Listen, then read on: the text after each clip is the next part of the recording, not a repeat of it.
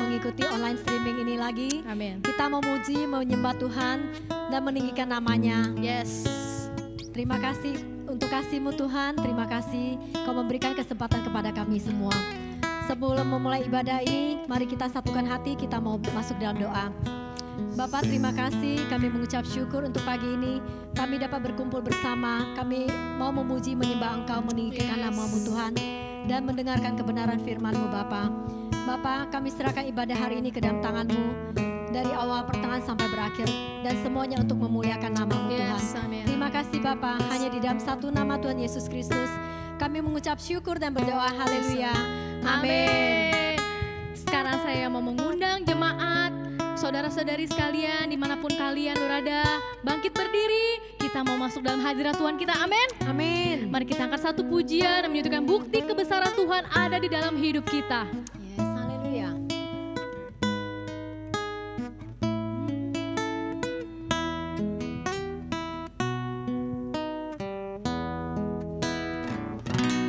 Hidupku menggenapi firman-Mu,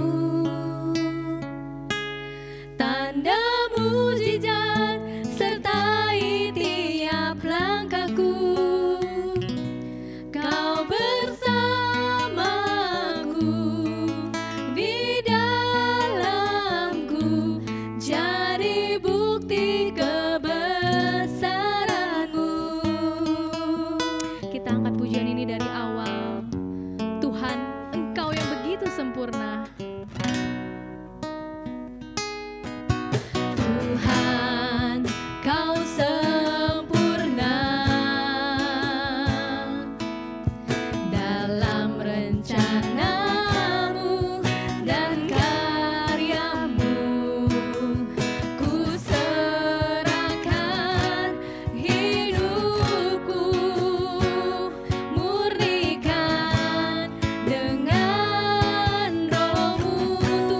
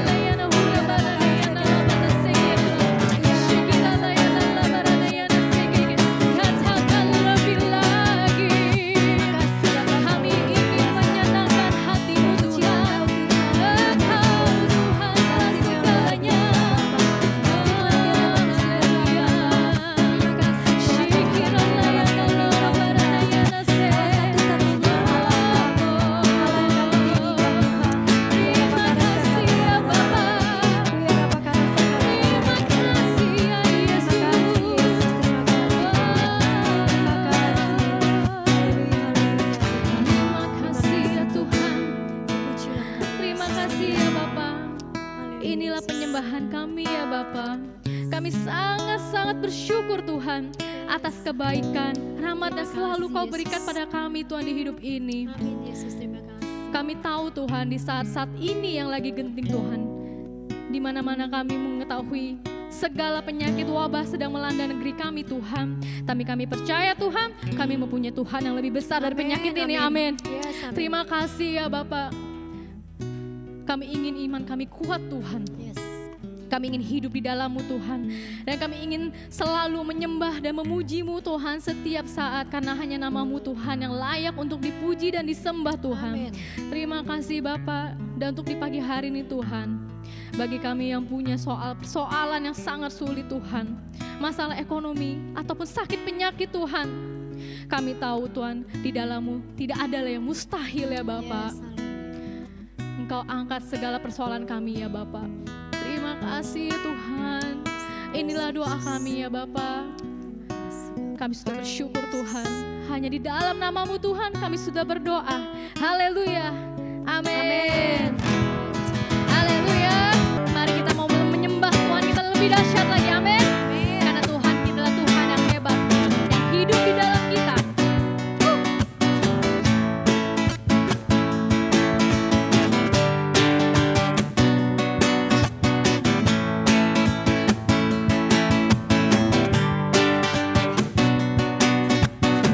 Sama-sama kita akan katakan Kau yang hidup. Kau yang hidup di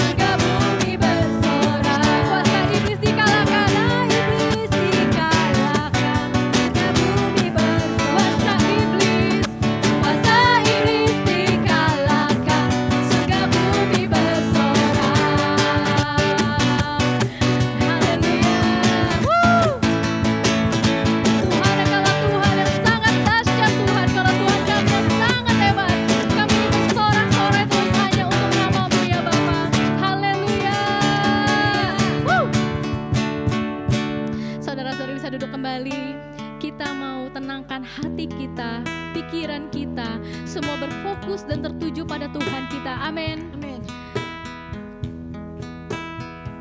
Kita mau mengangkat pujian ini tuh. Hanya Yesus jawaban di hidup kita.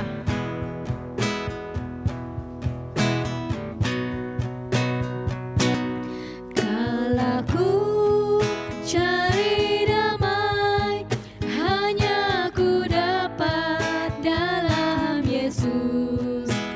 Kala ku cari ketenangan, hanya ku temui di dalam Yesus. Tak satu pun dapat menghiburku, tak seorang pun dapat menolongku. Hanya Yesus. Hanya Yesus jawaban hidupku. Bersama Dia, hatiku damai, walau dalam lembah kekelaman.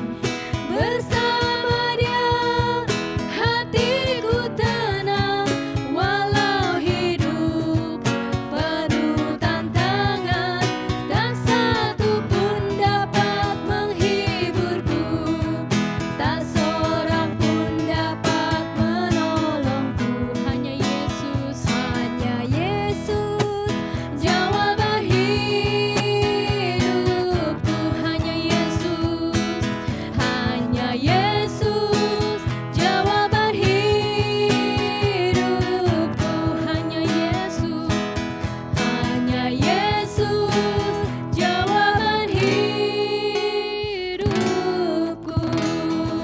Terima kasih Tuhan, terima kasih. Inilah penyembahan kami Tuhan. Sekarang kami ingin duduk dan tenangkan hati kami Tuhan, agar kami bisa berfokus pada firman-Mu ya Bapa. Terima kasih ya Bapa, inilah doa kami. Hanya di dalam nama Tuhan Yesus kami sudah berdoa. Haleluya. Amin. Shalom, selamat pagi Bapak Ibu, saudara-saudari dalam Tuhan Yesus Kristus.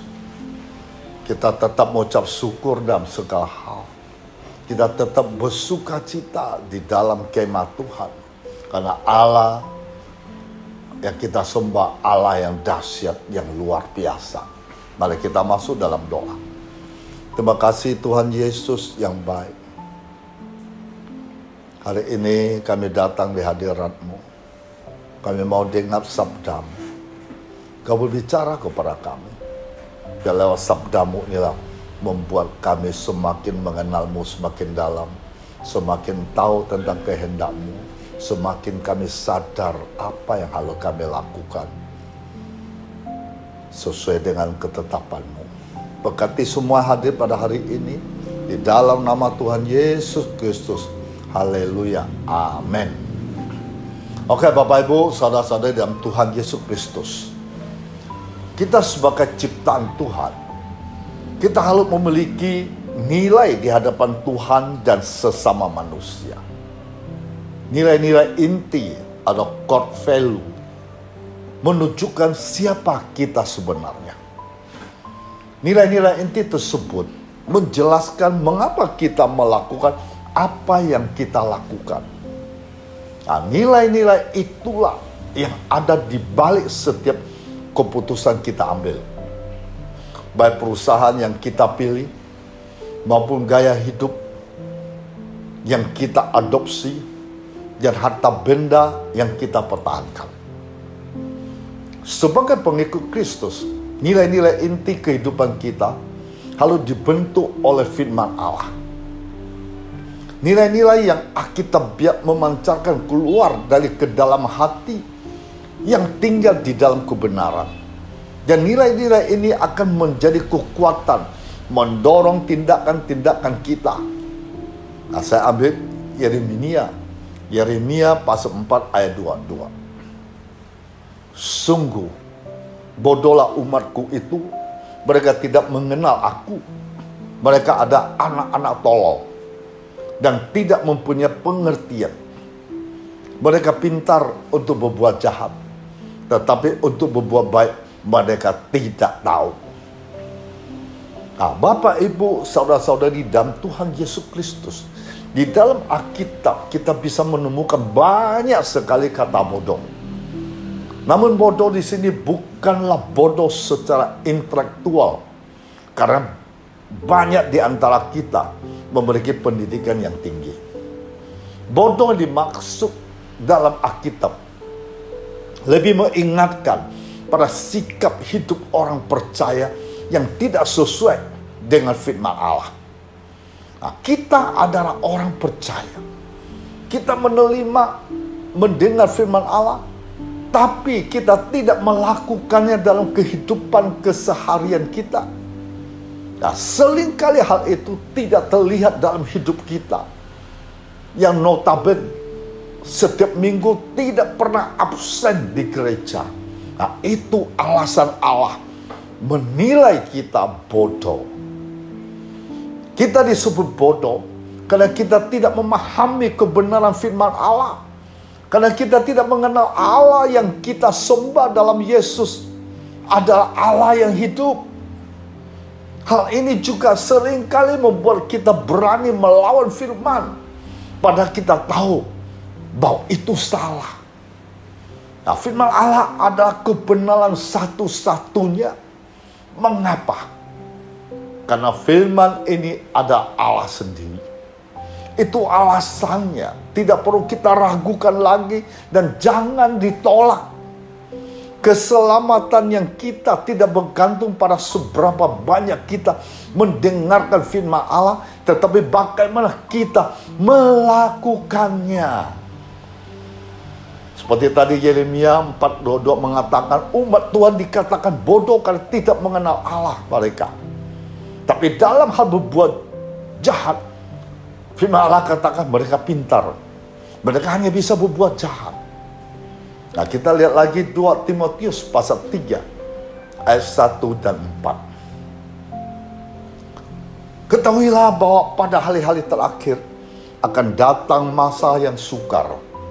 Manusia akan mencintanya diri sendiri dan menjadi hamba uang. Mereka akan membual dan menyombongkan diri. Mereka akan menjadi pemfitnah. Mereka akan berontak terhadap orang tua dan tidak tahu berterima kasih, tidak mempedulikan agama, tidak tahu mengasihi, tidak mau berdamai, suka menjelekan orang, tidak dapat mengekang diri, garang, tidak suka yang baik, suka mengkhianat, tidak berpikir panjang, berlangkah tahu, lebih menuruti hawa nafsu daripada menuruti Allah. Nah, Bapak Ibu, saudara dalam Tuhan Yesus Kristus, ada seorang bernama Thomas Kempis. Dia adalah seorang teolog dan mistikus Kristen terkenal di abad pertengahan. Nama aslinya Thomas Hemerken. Ia lahir di Kempen dekat kota Kol pada tahun 1379 di Jerman. Dari situlah ia mendapat nama Thomas Kempis.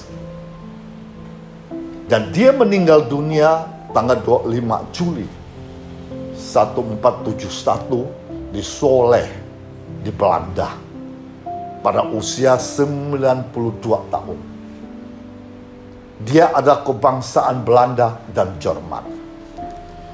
Nah, Thomas Kempis menulis dalam sebuah bukunya yang judul The Imitation of Christ. Artinya imitasi Kristus atau mengikuti jejak Kristus. Kalau dalam bahasa Latin, The Imitation Christi, artinya mengikuti Kristus. Buku ini terdiri dari 4 jilid, termasuk karya klasik yang paling digemari. Pada abad ke-15, buku ini sudah mengalami 99 kali cetak ulang sejak Thomas Kempis meninggal dunia tahun 1471. Nah, buku inilah hikmat terbesar mencari kerajaan surga dengan mengabaikan dunia. Dia mengatakannya, sungguh sia-sia mencari dan mempercayakan diri pada kekayaan yang akan binasa. Sungguh sia-sia mengejar pemohon, menikmati kebanggaan diri. Sungguh sia-sia mengikuti hawa nafsu tubuh, mengingini hal-hal yang kelak akan mendatang penghukuman berat. Sungguh sia-sia menambahkan panjang umur, tapi tidak peduli bagaimana mengisi hidup dengan baik. Sungguh sia-sia memikirkan berbagai hal di masa sekarang dan tidak melakukan persiapan untuk hal-hal yang akan datang. Sungguh sia-sialah mencintai apa yang akan berlalu segera dan tidak memandang di mana sukacita abadi berada.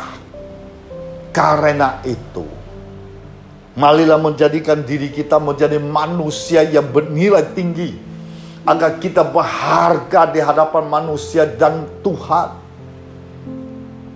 Memang di akhir zaman akan terjadi kesukaran-kesukaran yang letaknya ada dalam diri manusia. Mereka tidak bisa berbuat baik karena tidak memiliki pengertian. Nah, kita bisa lihat juga Markus pasal 4 ayat 35 sampai 41.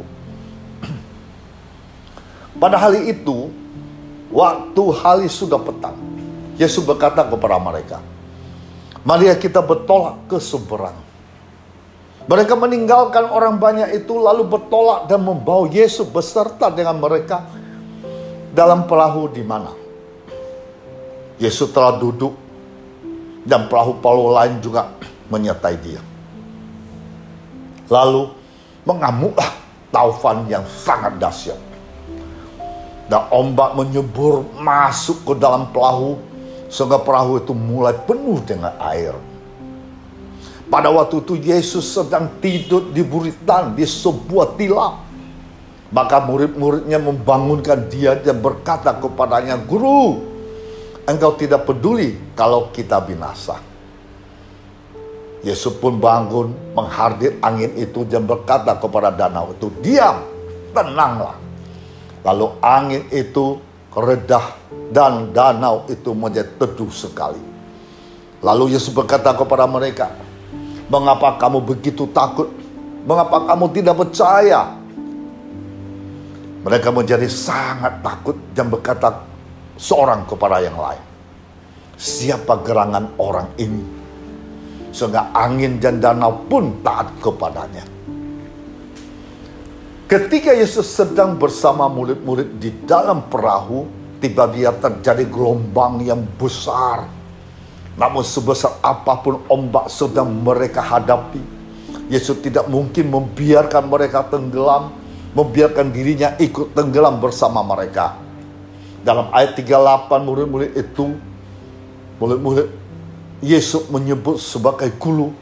Akan tetapi ketika mereka melihat angin itu tunduk pada hadirkannya, mereka menjadi takut dan berkata, "Siapa gerangan orang ini sehingga angin danau pun taat kepadanya?"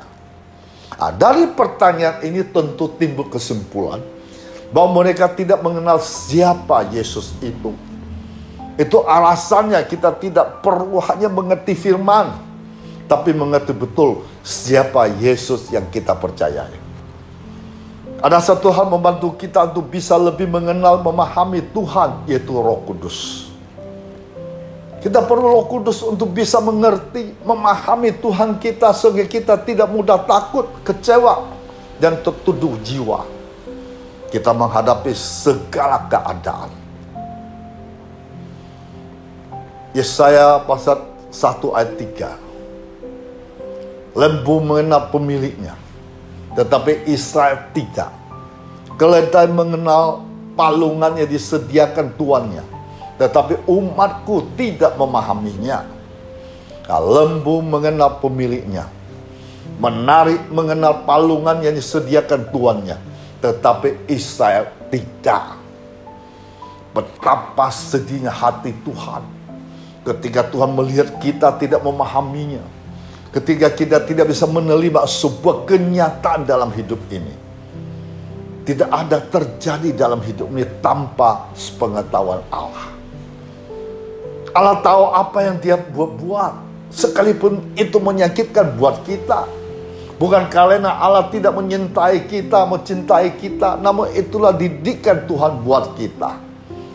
Apabila kita memahami rencananya bahwa hidup ini tidak selalu lurus, ada waktunya turun ke lembah, ada waktunya naik ke gunung, maka kita akan tetap mengucap syukur. Bapak Ibu, saudara-saudara dalam Tuhan Yesus Kristus, ada kesaksian dikit dari saya ketika saya ikut sinode GPI ke-17. Pada saat mau masuk pintu gerbang Sentul Selatan, namun saya kelewati sedikit sehingga membuat saya tidak bisa masuk gerbang Sentul Selatan. Akhirnya saya mengambil keputusan untuk mencari hotel penginapan saya tersebut. Saya belajar tidak mau kecewa dan sedih atas kelalaian saya lewati pintu masuk gerbang Sentul Selatan. Saya belajar mengucapkan syukur dengan segala hal. Akhirnya saya ambil keputusan cari dulu penginapan saya. Nama hotel Glen Muria Bogor Resort. Ternyata hotel tersebut letak sebuah desa Gumati. Jalannya berliku-liku dan kecil dan susah cari jika pada waktu malam. Untung bagi saya, walaupun kelalaian terjadi sehingga tidak bisa masuk gerbang Sentul Selatan, tapi saya bisa menemukan hotel penginapan saya lebih awal. Sehingga pada waktu malam saya kembali ke hotel tersebut, saya tidak mengalami kesulitan apapun. Jika saya tidak lebih awal mengetahui posisi hotel yang saya nginap, maka pada saat pulang pada waktu malam akan membuat saya kesulitan mencari hotel tersebut. Oleh sebab itu, Bapak Ibu, saudara-saudara dalam Tuhan Yesus, kita harus bisa mengucapkan syukur dengan segala hal karena Tuhan Maha Tahu dan Tuhan Maha Kuasa. Terus contoh kedua, saya ambil umat Tuhan yang ada dalam pimpinan Musa. Ketika berada di padang belantara, mereka mengalami dan dengan melihat mata mereka sendiri bagaimana Allah membelah Laut Merah agar bangsa Israel dapat menyeberang. Mereka berjalan bukan di tanah yang basah, melainkan di tanah yang kering. Padang belantara ada tempat Allah mendidik umatnya. Dan ada kalanya Allah membawa kita mengalami pengalaman padang belantara. Satu tempat yang tandus. Tidak ada sesuatu yang bisa diharapkan. Tapi mengapa Allah membawa kita ke sana? Untuk mendidik kita. Untuk kita lebih mengenal Dia. Untuk kita bisa sadar Allah ada bersama kita. Di padang belantara bangsa Israel melihat tiang awan pada waktu siang. Dan tiang api pada waktu malam. Kebesaran Allah dinyatakan dalam perbuatan-perbuatannya. Namun bangsa ini tidak mengenalnya.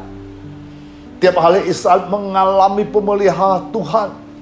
Karena ada manna yang bisa mereka makan. Tapi tetap saja bangsa ini tidak puas. Mereka meminta daging. Dan Tuhan memberikan seperti mereka minta. Namun bangsa ini rakus. Sehingga daging menjadi busuk. Keluar ular dari daging tersebut.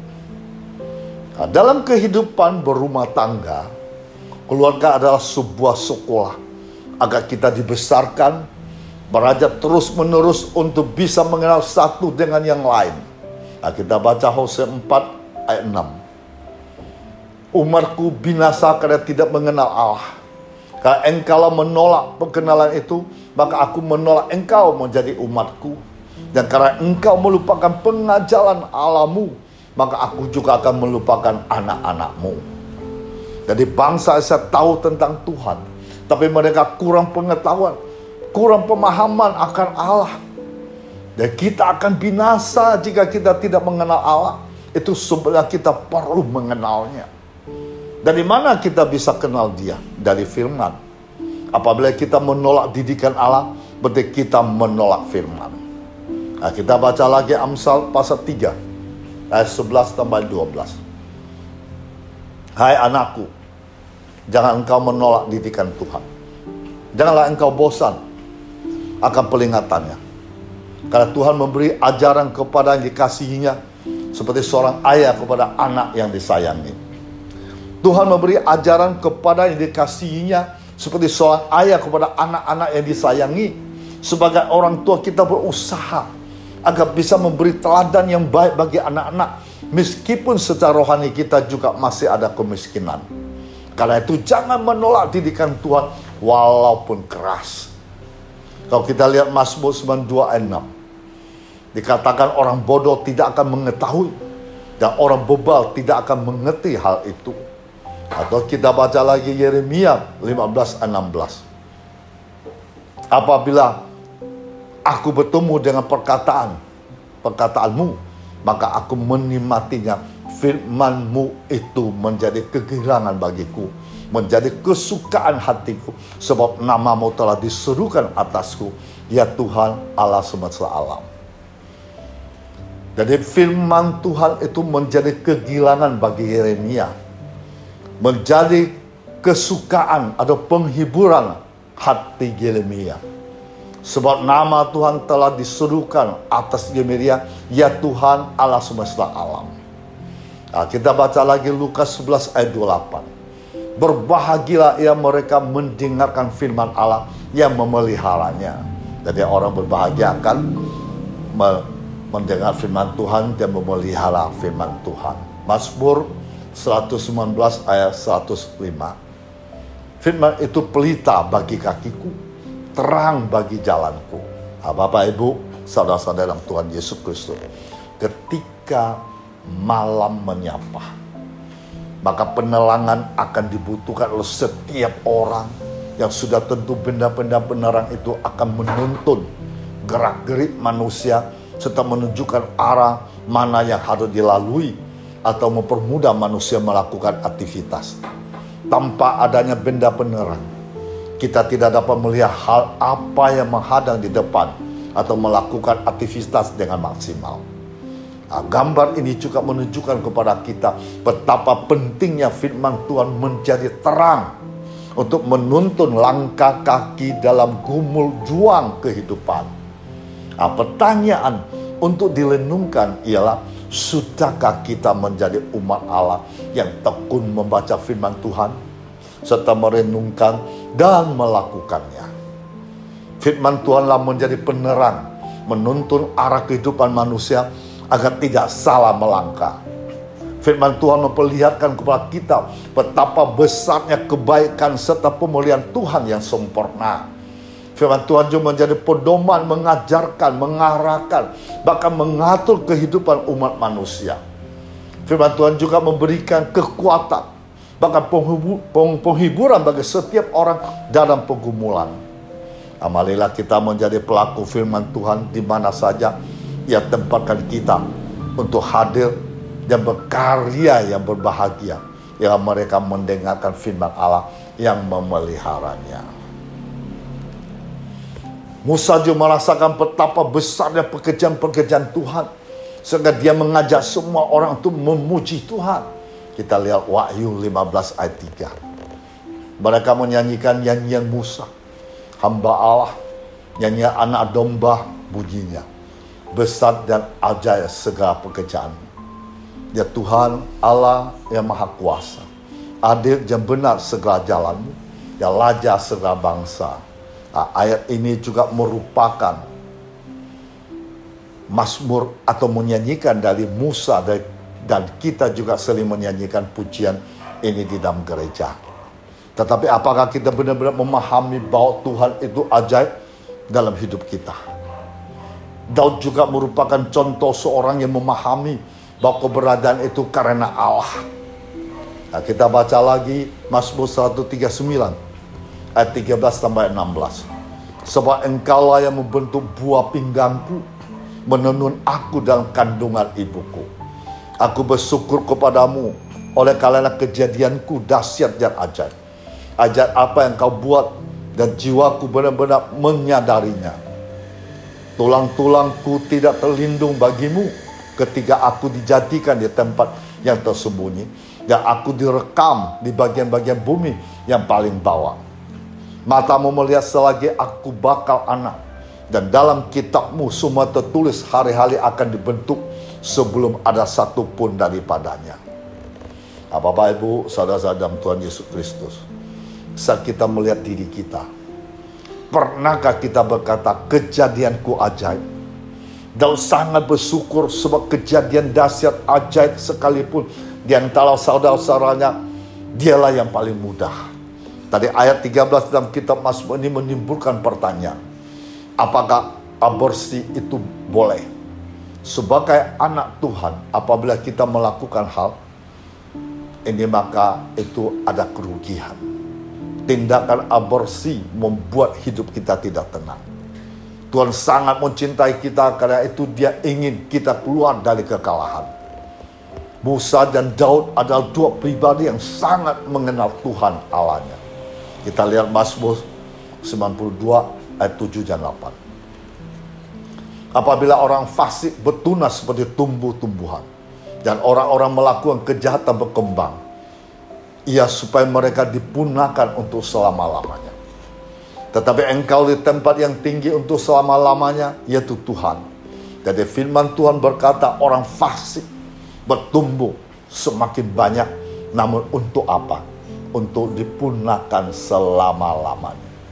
Akhir kehidupan orang-orang fasik ini juga terjadi kehancuran, kebinasaan. Hal ini juga bisa terjadi pada orang-orang yang bodoh. Oleh karena itu, keluarlah dari pembusukan.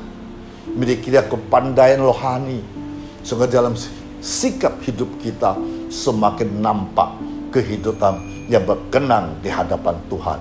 Tuhan Yesus memberkati kita semuanya. Kita masuk dalam doa. Terima kasih Tuhan Yesus Kristus yang luar biasa. Kali ini kami telah mendengar sabda-Mu, bahwa Kau tidak memahami firman-Mu, tidak mengenal pribadi-Mu semakin dalam. Kami disebut orang tolol, orang bodoh. Terima kasih Tuhan, lewat firman-Mu ini kami mau belajar lebih banyak. Kami mau masuk kemah-Mu semakin dalam. Kami harap ingin mencari tahu lebih dalam tentang pribadi-Mu. Kami mau intim bersama-Mu Tuhan. Kami mau selalu lekat kepada-Mu, supaya kami mengerti tentang ketetapan-Mu, tentang hukum-hukum-Mu. Di dalam nama Tuhan Yesus, Tuhan berkati setiap yang hadir pada hari ini. Tidak ada satu pun dilewatkan. Berkat turun atas mereka, membuat mereka sukacita, damai sejahtera, dan masa depan yang penuh pengharapan. Di dalam nama Tuhan Yesus, haleluya, amin. Bapak Ibu, saudara-saudari, sementara kita akan menghampiri perjamuan kudus, persiapan diri yang matang menerima perjamuan kudus yang Tuhan Yesus mewujudkan dirinya, kasih-Nya tiada tara. Tuhan memberkati kita semuanya. Amin.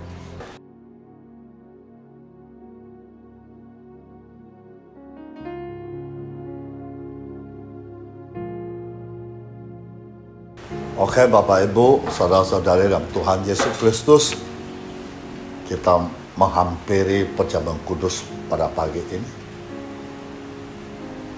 Sebelumnya kita minta pengakuan dosa di hadapan Tuhan, supaya kita layak menghampiri perjamuan kudus ini.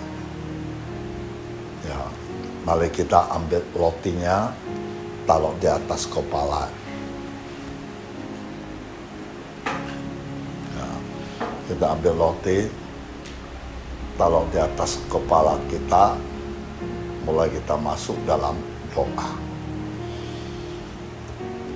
Perjamuan kudus adalah penyataan kasih Allah kepada kita, orang berdosa, dalam hal Kristus telah mati untuk keselamatan kita.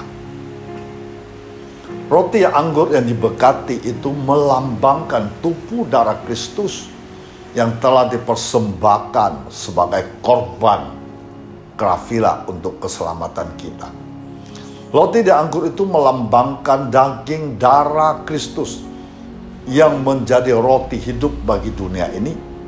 Barang siapa yang makan daging dan minum darahnya, yaitu yang percaya padanya dan menjadi satu dengan dia, akan peroleh hidup yang kekal.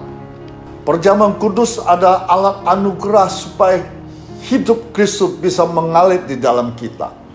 Perjamuan kudus ada alat anugerah untuk memberi kesehatan Kristus kepada kita berdasarkan iman kita. Perjamuan kudus adalah perjamuan Tuhan untuk sidang Jumat yang dikasihinya, supaya Jumat selalu akan mengingat kasih Tuhan, hidup senantiasa di dalam kasih-Nya. Perjamuan kudus adalah meterai perjanjian Allah dengan umat manusia, supaya barang siapa percaya korban penebusan Kristus akan peroleh selamat yang kekal. Apa yang telah kuteruskan kepadamu telah aku terima dari Tuhan, yaitu bahwa Tuhan Yesus pada waktu malam ia diserahkan, mengambil roti dan sesudah itu ia mengucapkan syukur atasnya. Ia memecah-mecahkannya dan berkata, ambillah, makanlah, inilah tubuhku diserahkan bagi kamu. Perbuatlah ini menjadi peringatan aku. Mari kita makan bersama-sama dalam nama Tuhan Yesus Kristus.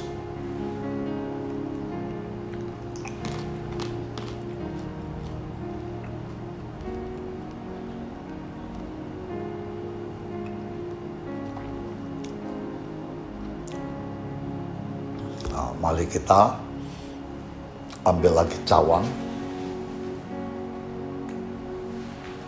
taruh di atas kepala kita.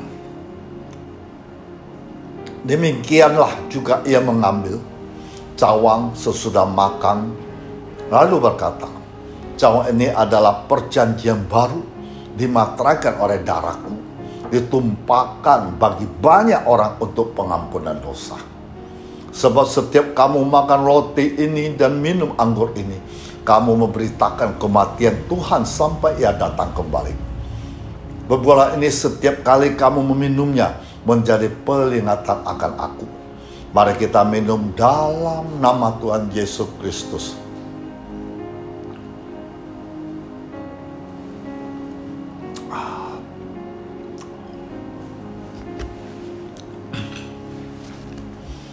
Bapak Ibu, saudara-saudara dalam Tuhan Yesus, kita terima berkat dari Tuhan. Bahwa kita masuk dalam doa. Jika kamu dengan sungguh-sungguh mendengarkan perintah kusampaikan kepadamu pada hari ini, sehingga kamu mengasihi Tuhan Allahmu, beribadah kepadanya dengan segenap hatimu, dengan segenap jiwamu, kamu akan digendong, akan dibelai-belai di pakuan, dan tangan agung yang menyertaimu. Diberkatilah orang mengandalkan Tuhan, menaruh harapannya pada Tuhan. Ia akan seperti pohon yang ditanam di tepi air, melambatkan akar-akarnya ke tepi batang air, yang tidak mengalami datangnya panas terik. Daunnya tetap hijau. Ia tidak khawatir dalam tahun kering, dan tidak berhenti menghasilkan buah. Tuhan akan menentukan tempat bagimu dengan tidak lagi dikejutkan. Jika engkau berbuat baik kepada sesama, maka Tuhan akan membangun engkau, bukan meruntuhkannya. Tuhan akan menanam engkau, bukan mencabutnya. Tuhan akan memberi hati bisa mengenal Tuhan secara pribadi. Tuhan akan membuat segar orang yang lelah. Setiap orang merana akan Tuhan buat puas. Mari kita arahkan tangan kita ke atas. Tuhan memberkati engkau, Tuhan melindungi engkau, Tuhan menyinari engkau dengan wajah-Nya, memberi engkau kasih karunia. Tuhan menghadapkan wajah-Nya kepadamu, memberi engkau damai sejahtera. Dalam nama Tuhan Yesus Kristus. Amin.